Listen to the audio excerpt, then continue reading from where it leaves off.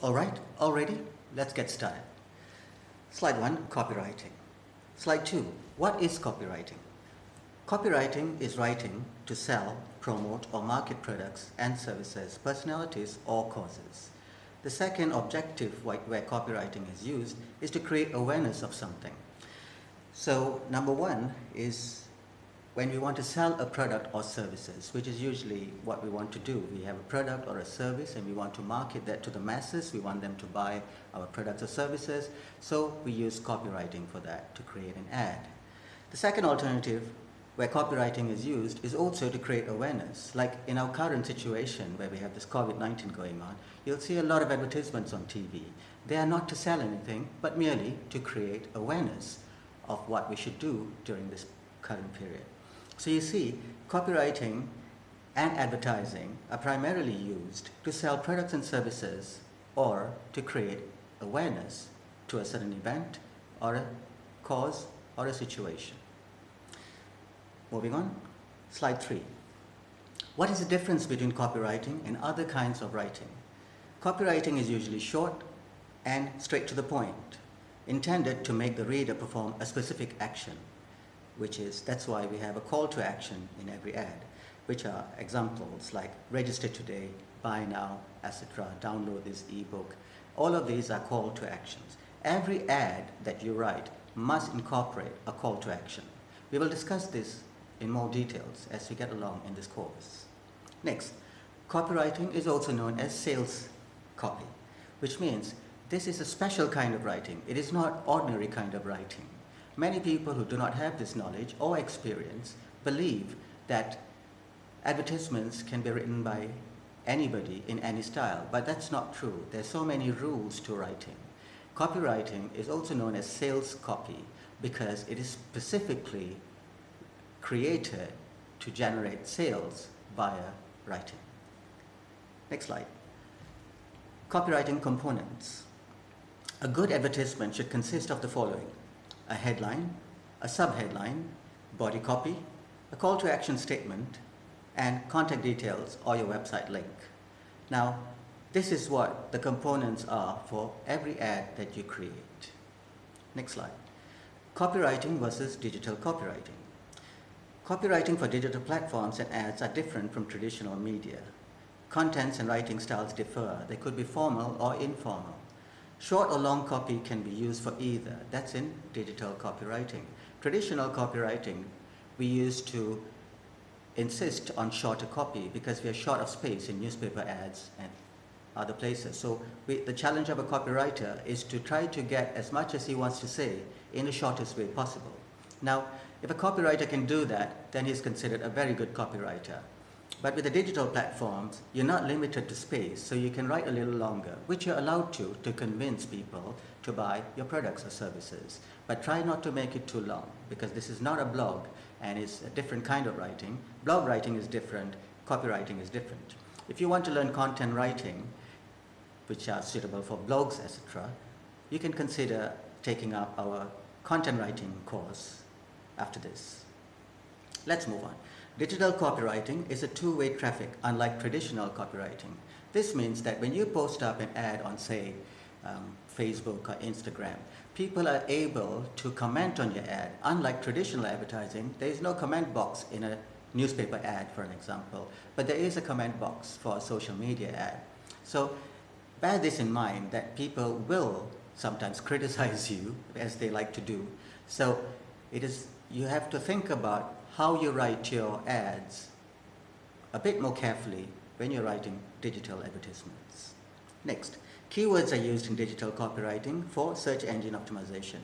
Now, any platform that has a search bar means it has a search engine facility. Now, a lot of people use the search bars in Facebook to look for products and services. So when you use the keywords that people would use to search us, as they do in Google and other search engines, then chances are you will be found on Facebook or any other social platform quite easily. So it is very important to use the keywords, the right keywords, so that people can find your products and services. If you want to learn more about keywords, I would recommend that you take up our content writing course after this because we discussed that in great detail. Let's move on to the next slide. Copywriting guidelines. Slide 7. Copywriting guidelines. Use present tense. Use singular nouns and verbs. Use active verbs or action words like the cat is running. Use that running, right? So something that is moving, something that is in action, use words such as that. Use familiar words and phrases for easy understanding. Now in copywriting or any other kind of writing, we would recommend that you do not try to show off how good your English is by using bombastic or words that are not commonly used in your society. The safest way always is to keep your writing simple. Use words that are simple, that everyone can understand at any time. This is good for you because you will make sure that your ad money or spend is not wasted when somebody is not able to understand what you're saying. So keep it simple and you'll get in the sales. Next, vary sentence and paragraph structure. To make your copywriting interesting, try to use some long sentences, some short sentences and paragraphs. This variation makes writing more interesting to read. Involve the reader. Use the word you. Now, more often than not, a lot of people who write ads who do not have the copywriting knowledge will write about we, how good we are, that we are an award-winning company, that we have done this and we have done that. Remember that when somebody is looking for a product or service, they want to know what's in it for me. So when you write ads, you got to tell them what's in it for you. So use the word you. Turn the conversation around because you are trying to sell something to someone. That someone needs to know whether you can fulfill what he's looking for. So try to personalize your copy and use the word you as much as possible. As human beings, we all like to be considered, we all like to feel special. So when somebody is talking to us on a one-to-one direction, we feel special. So in writing, use the word you. Provide support for your claims. This means that if you're saying, I'm an award-winning company, or I'm the best in the world, or my product is the best in the world, substantiate that claim with an official certificate if you have one. But if you cannot substantiate your claim, please avoid this. Next, avoid cliches. These are commonly used words and phrases like yo and dude and etc. Try to avoid this kind of writing in copywriting. The way I would recommend is, when it comes to copywriting, try to keep your writing as serious as possible. Try not to use this kind of slangs and slogans because I wouldn't recommend it. When you keep your copy serious, free of this kind of cliches, then people will relate to your ad a little better. Next slide. Here are the common mistakes made in copywriting, and it's very important for you to avoid them. Here they are. The most common mistake in most advertisements written by people who do not have copywriting knowledge is they fail to mention a benefit in the headline. I'm going to discuss more about this benefit because benefits are what people buy. And every headline must incorporate a benefit. But people who do not have this knowledge, they tend to just put in product features. During this course, I'm going to explain the difference. When I was a young copywriter, this was quite hard for me to grasp. But in time, we mastered it. And now I'm going to tell you that even copywriters make this mistake. So we have to learn the correct way of writing. Now remember this, people do not buy features. Every product has features. When we mention features, people don't buy. People buy benefits. So you got to convert your product features into product benefits that the consumer can perceive a benefit from when he uses your product. So this is primarily the number one mistake a lot of people make in writing headlines. And we're going to discuss this in great detail as we go during this course.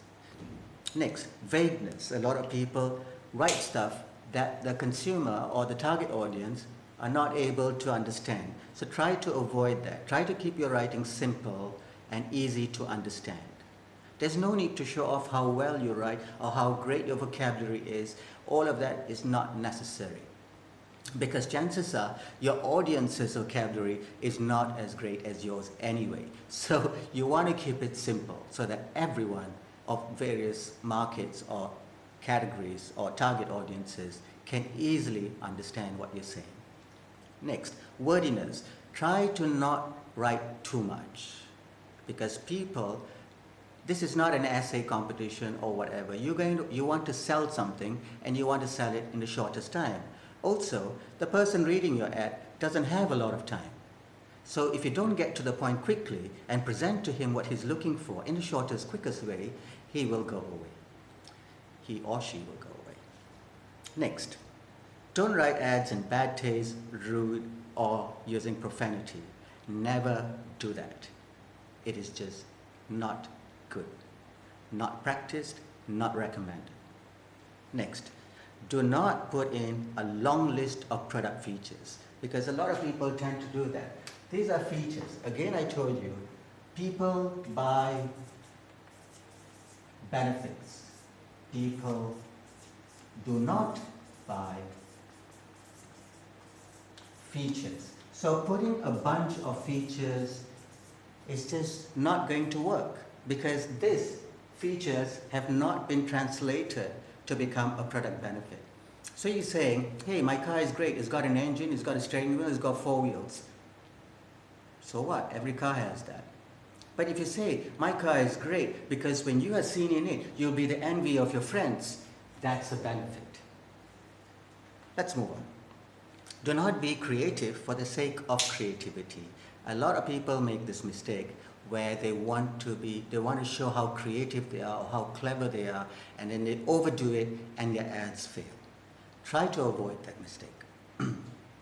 Finally, self-praise. Example, my product is the best in the world. Do not do that unless, of course, you can substantiate it like I discussed earlier. If you're an award-winning company, if your product is actually the best in the world and you have a certificate to prove that, then by all means, use that. But if you do not, avoid it, please. Moving on, next slide, slide 9. Principles of copywriting.